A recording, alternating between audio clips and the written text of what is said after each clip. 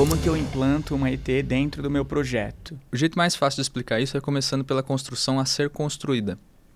Quando a gente tem um projeto que vai iniciar do zero, o melhor dos mundos é a gente já no projeto hidrossanitário especificar essas soluções, né?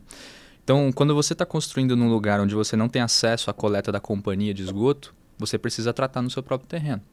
Então, normalmente o pessoal adquire aquela famosa fossa, né? A fossa séptica ou soluções alternativas como biodigestor e algo do tipo. O que acontece quando a gente vai para esse tipo de solução, que é a solução anaeróbia, que a gente chama, né? Que é um tratamento anaeróbio?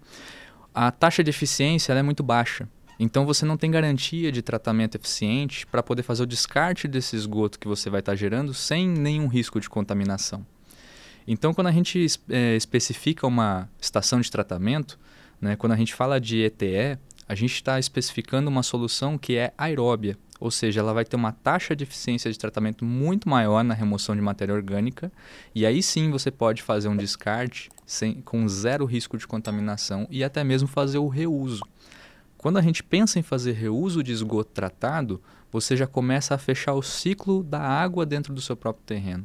Então, por exemplo, se nesse projeto você colocar uma ETE para fazer reuso do esgoto tratado e colocar uma cisterna para fazer aproveitamento de água de chuva, você pode fazer um blend dessas águas e você vai ser praticamente autônomo para fazer a irrigação do seu paisagismo, por exemplo. Quando eu faço esse investimento, né, na minha casa, eu tenho algum tipo de incentivo fiscal?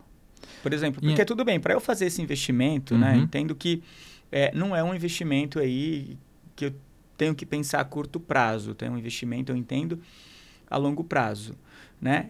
Existe algum tipo de redução? Quando você fala de uma estação de energia solar, tudo bem, se eu estou pagando, um exemplo, R$1.000 na minha conta de luz, a gente faz uma conta ali, legal, beleza, instala essa solução, a minha conta de energia vai reduzir ali para, sei lá, R$100, e a diferença que eu estava pagando, eu vou estar investindo ali durante uns 5, 10 anos nessa solução.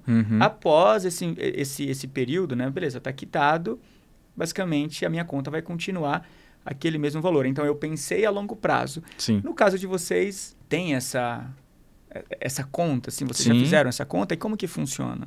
O raciocínio é muito parecido, né? Porque quando a gente fala de aproveitar água, né? Quando a gente fala de reutilizar a água em fins não potáveis, a gente está falando de cerca de 70% de consumo de uma casa. Então, 70% da sua casa, você pode trocar por água não potável, que é a água de chuva. Sim. Né? Então, lavagem de áreas externas, bacias sanitárias, irrigação de paisagismo, máquina de lavar, dentre outros fins não potáveis da casa, você pode substituir.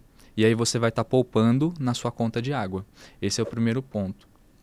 O outro ponto é que em alguns municípios hoje no Brasil já existe o incentivo do IPTU verde.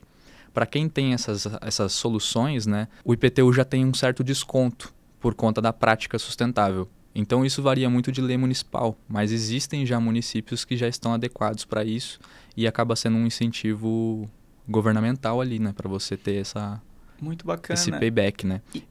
Pode continuar, desculpa. É que eu só ia comentar que o ROI é muito interessante porque o ROI hoje de aproveitar água de chuva, ele tá tão rápido quanto do fotovoltaico. E isso, às vezes, o pessoal acaba esquecendo. Você tem uma média, assim, Henrique, mais ou menos, assim, qual que é o ROI, assim? Quando a gente fala de uma construção, vamos usar uma construção aí de em torno de 250 a 300 metros quadrados, a gente está falando de um ROI de no máximo 5 anos. No máximo 5 anos? No máximo 5 anos. E dependendo se esse investidor, se essa pessoa tiver uma grana ali, não diria sobrando, mas fala, cara, eu quero de repente reduzir esses 5 anos, aí você consegue fazer de repente um projeto desse em 2 anos, que não é nada, né? Assim, se você diluir isso aí ao longo de 24 meses... O nosso indicador de retorno financeiro são 2. O primeiro é o consumo e o segundo é a fonte, que é a chuva. Então, em lugares que chove mais, você tem um índice pluviométrico maior, você vai ter mais fonte de água não potável para você utilizar. Sim. Se você tiver um consumo grande, você vai estar trocando constantemente essa água. Então, sim, o seu ROI pode diminuir. Mas quando você pega lugares que chove um pouco menos, aí você fica refém um pouco dessa fonte natural, né? Mas, independente disso, a regra do 70% de consumo, ela é universal no território brasileiro, por conta da cultura que a gente tem implantada nas nossas casas, do uso de água. Construcast, arquitetura, engenharia, construção.